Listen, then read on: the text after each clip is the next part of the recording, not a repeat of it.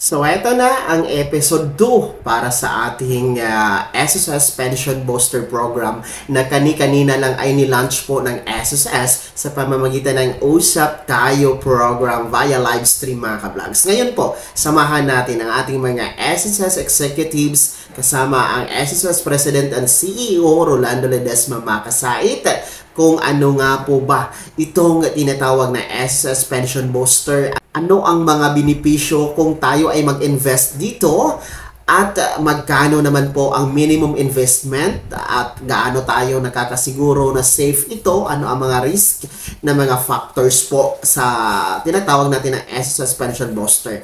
Lahat ng yan pag-uusapan natin kasama ang SSS Executives and Management. Now, nagtatanong din po, how much can we invest? Hanggang magkano ba siya? May limit ba? Although alam nating may minimum, but meron bang limit? And how long should we keep it there, Judge? So, isang magandang umaga po sa inyong lahat. Alam niyo, itong pension booster neto, isang tugon natin sa pagbibigay ng magandang future sa mga manggagawa para sa bagong Pilipinas. So, sinasabi natin voluntary contribution. With a minimum of 500 pesos, pwede na po kayong magbukas ng pension booster nyo. Ngayon, kung meron pa kayong pera na dadagdag, no, pwede rin po kayo maglagay. Wala pong limit yan. Although doon pag kayo maglalagay ng magdideposito sa bangko, may mga limits yun silang ginagawa. Pero actually, wala pong limit yan. Paano kayo magbabayad? Ang kailangan nyo ba, pwede kayo magbayad online doon sa SSS mobile application o kaya doon sa mobile application ng aming mga pension partners, payment partners, I mean. Ngayon, kung medyo nahihirapan tayo sa online, pwede po, bukas po ang pinto ng SSS, doon sa mga branches namin na meron tayong tellering facility, pwede po kayo magtungo doon. Pwede rin kayo magtungo doon sa mga pay partners namin din, sa mga branches nila, para doon kayo maglagak ng inyong mga karagdagang hulog para sa inyong pension booster. Ngayon, so bukod dito po, yung payment neto is very flexible. Katulad na nabanggit nila, no? Pwede kang magbayad kung may pera ka, kung nawalan ka ng pera next month, wala kang sweldo, o marami na paggastos, pwede mo bayad na lang sa mga susunod na buwan. Wala po tayong tinatawag na lapsation. Kasi sa mga private insurance or pension plan, makalimutan mo lang maghulog, isa, dalawa, tatlo, ang mangyayari po niyan, mawawala yung pension mo. O kaya, kung di mo mawawala, mag-create sila ng automatic, parang makakaroon ng loan, and then, kakainin yung nahulog mo. Sa SSS po, walang ganon, no? So, ngayon, katulad na sabi, yung pagbabayad po nito, although anytime yan, flexible yan, pwede mo na rin isabay sa pagbabayad ng regular contributions mo para isang puntahan ka na lang sa SSS o sa pay center natin. So, although kami ini-encourage namin na sana po para makuha nyo yung kabuuang mga benepisyo ng aming pension booster, sana po iiwan nyo yung pera nyo at least 5 years. At least 5 years. Although pwede naman kayo mag-withdraw na mas maaga, pero kung maiiwan niya ng 5 years, talagang full benefit po ang makukuha niyo. So, ayun po. Salamat po. Salamat, Judge. And kahit hanggang retirement pa po, talaga para maximum benefit na. Salamat po.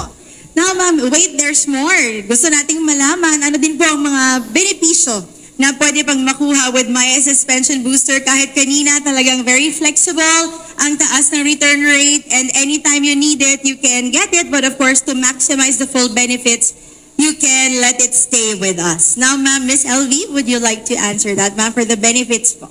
Okay, that's an interesting question, KP, and pinakaabangan yan ng ating mga miyembro. Siyempre, interesado kayong malaman ano bang mapapala ko sa pagsali dyan sa pension booster. So, under the mandated scheme, as explained earlier, you can get your total contributions plus investment earnings as one-time lump sum or as a monthly annuity when you file your benefit claim. Now, under the voluntary scheme naman, you can also get your total contributions plus earnings from investments and you can either withdraw or get it partially or in full. So yun yung ating under the mandatory and the voluntary scheme.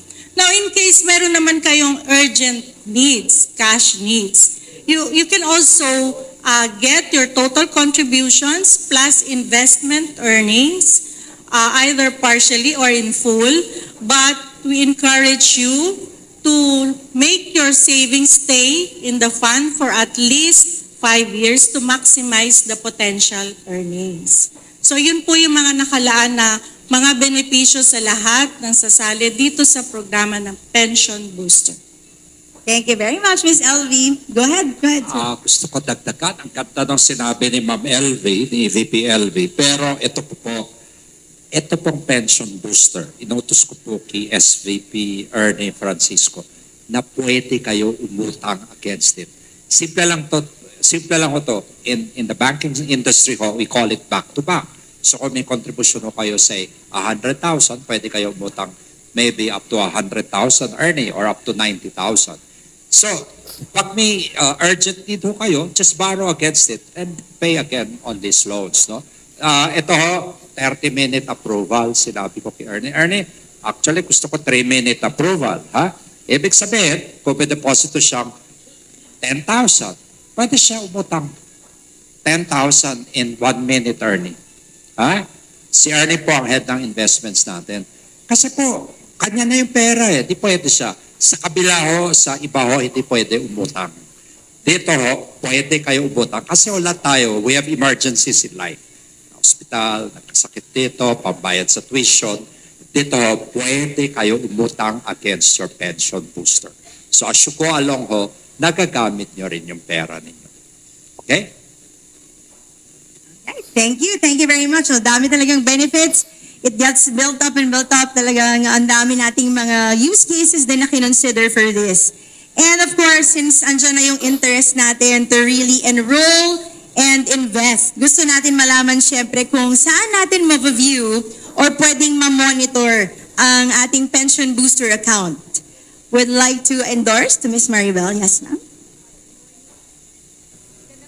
Sa kanilang lahat, and thank you KP.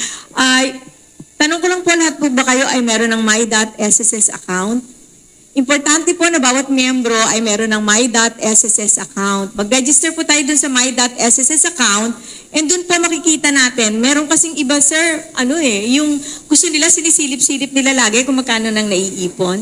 So here, dun sa My.SSS account, pupuntahan nyo lang po yung inquiry doon, contributions. May mga tab po doon, nakikita yung contributions nyo na regular, yun yung regular SSS contributions. Meron din po doon tab para sa mandatory pension booster, and then another tab po para sa voluntary pension booster. So nakikita nyo lumalago yung pera nyo doon sa at the convenience of your home. At meron din po tayong every time na magbabayad kayo ng contribution, sabi nga po nila, kahit kailan, nag-uusap nga kami ni sir, sabi ko ako kaya every birthday ng anak ko maglalagay ako para sa voluntary pension booster. So yun, masisilip nyo kaagad kasi online ang posting natin. So pagkabayad nyo doon sa mga different payment channels namin, pwede nyo silipin doon sa My.SSS account, yung contribution nyo. So nakikita nyo doon lumalago, and soon, ilalagay na din namin doon kung magkano na ang kinikita. So di ba ang ganda? Para ka may passbook na hindi mo, kahit nasaan ka, nandun ka sa sakyan mo, sinisilip mo magkano na naipon mo. And yun nga yung sinabi ni sir, yung gusto niyang mabilis ang filing ng application, hintayin lang po namin ang instruction ng aming mga partners, ang aming business process owners, at i-improve po natin ang ating system para sa pension booster. And also, yung sinabi kanina ni VP Joy, yung calculator, gagawin na po yung calculator, yun yung ikaw mismo magdidikta. Meron kang pera, gusto mo malaman magkano ang aabutin nito pagdating ng panahon, or the other way around, gusto ko pagdating ng panahon, makatanggap ako ng ganitong kalaking halaga every month, magkano dapat ang monthly. So yun po yung tinatawag naming pension calculator. So yun po, gagawin po namin, and tuloy-tuloy po namin i-improve ang sistema ng SSS para po isuporta itong pension booster. Hintayin lang po namin ang instruction ng aming mga boss ang business process owner namin, ang benefits at saka ang member services. Thank you po. Thank you very much, ma'am. Talagang collaboration, no?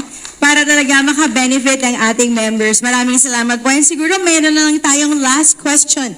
Most importantly, how we can make them secured of their money or the money that they're investing with us. So, ito-direct na natin yan kay Sir Ernie. Sir Ernie, can you tell us or walk us through the investments naman? Saan natin siya dinadala so that they can be more secured? Magandang umaga. Alam ko mabobor kayo kung bibigyan ko kayo ng numero at teknikalidad pero konting numero lang. Isang number one strategy, nakakabakas. Nakakabakas ito. 900 billion ang size ng SSS fund. Yung pension booster mandatory, 100 billion na yon. Yung pension booster na voluntary, nasa 500 pa lang. Pero kaya siya nakakakuha ng mataas na rate, nakakabakas siya. Sa government securities, mahigit kalahating porsyento, roughly, yung ini-invest natin doon. Nandyan si OIC Treasurer, yung matataas na rate ng government securities. Nakakalock tayo ng 7% early in the year. So 7% nakalock na. Last year, yung pension booster voluntary, umabot ng 6.97%. Challenge tayo ni Presidente, gawin nating 7.2. Challenge accepted. Ang isa pang strategiya, nakakabakas din sa pagpapautang. Ang isa sa pinaka-safe na pautang namin yung pension loan. 6 billion yan. 500 million pa lang yung voluntary. Kayang-kayang pondohan yung pension loan na napakamura nung rate pero attractive pa rin. Kasi yung pension loan, 10% per annum yun. Roughly, so wala pang 1% per month. Talo kahit sinong credit card, babakas din tayo doon. So yun yung strategiya nito. Nung nakaraang buwan lang, nag-invest tayo sa mga real estate investment trust. Hindi to na-access basta-basta ng ordinaryong investor na medyo maliit na nabigyan tayo ng magandang presyo. 8%, 7.5%. Kaya sir, kayang-kaya yung 7.2. Challenge accepted. So yan, confident tayo. So ayun po mga ka-vlogs, no? Napakinggan po natin ang ating mga SSS executives, management, kasama po ang SSS President and CEO Rolando Ledesma Makasait, no? Napakaganda talaga itong tinatawag natin na SSS pension booster na kani-kanina lang, no? Ngayon lang talaga ito mga ka-vlogs. Presko, June 10, 2024, ni-launch po ng SSS at ito nga po ay nirelease nila no, via live stream sa SSS Usap Dito program mga ka-vlogs. So, diniscuss po doon yung benepisyo, bakit tayo kailangan mag-invest, magkano yung minimum investment at gaano ka-risky, ano po yung mga bagay na dapat nating isaalang-alang kung tayo ay mag-i-invest dito sa SSS Pension Booster. At least po no, ang mga katanungan yan ay sinagot po mismo mula sa SSS Management. Malinaw naman po no, kung atin pong napakinggan ang kanilang mga pahayag, malinaw naman po ang kanilang mga statement at talagang maiinganyo tayo na mag-invest dito sa SSS Pension Booster mga ka-vlogs. Kaya po inanyayahan po natin no, dito sa ating YouTube channel kasama ang SSS, inanyayahan po natin ang lahat ng mga SSS members, anuman ang inyong edad, no, kahit po tayo ay bata pa na miyembro ni SSS, kahit tayo ay nasa 50 na, magsi-60 na, mag-invest po tayo dito sa SSS Pension Booster kung gusto po nating lumaki, tumaas, lumago, no, aangat ang ating SSS pension kung tayo po ay darating sa ating SSS pension retirement application mga ka-vlogs, no, para lumaki po ang ating makukuha kung tayo ay magpe-pension na kay SSS, no, dahil talagang ngayon mababa po ang pensyon ni SSS. So, ito po yung nagiging remedyo, nagiging option ni SSS paano tayo makakuha ng mataas na pensyon kung tayo ay mag-apply na ng ating retirement mga ka-vlogs kay SSS. So, sa pamamagitan nitong SSS Pension Booster, aangat, lalaki, no? Mabuboost po ang ating savings, ang ating pensyon kay SSS. Kaya mag-enroll na, mag-invest na, pumunta na sa pinakamalapit na SSS branch o di kaya'y mag-login sa inyong my.sss account. So abangan nyo po ang mga susunod nating mga episode dahil isa-isahin po natin para mas lubos nyong maiintindihan itong SSS Pension Booster. Isa-isahin natin ang mga bagay-bagay na dapat ating malaman tungkol nga po dito sa programang ito. Bago ka magtapos sa video na to, kung gusto nyo pong sumuporta dito sa aking channel, ay maaari nyo pong i-click ang ating super text button na nasa baba. At sa mga nais maging miyembro dito, i-click nyo po ang ating join button na nasa baba. Sana naging gabay ang video na to kahit paano nabigyan tayo ng bagong kaalaman, bagong idea sa pagiging miyembro sa SSS. Kung hindi ka pa nakasubscribe dito sa aking YouTube channel, i-click nyo na ang ating subscribe button na nasa baba. Huwag niyong kaligtaan na i-turn on ang notification bell. Ilagay niyo sa all para updated ka sa lahat ng mga videos na i-upload ko. Maaari mo din i-like ang video na to. Kung meron ka pang mga katanungan, ay maaari nyo i-comment sa comment section na nasa baba. At paki-follow na din po ang aking official Facebook page na nasa screen niyo. Muli po, ako si Daniel Timpawa na nagsasabing dito sa aking YouTube channel, Pawang Katotohanan at lahat totoo lamang.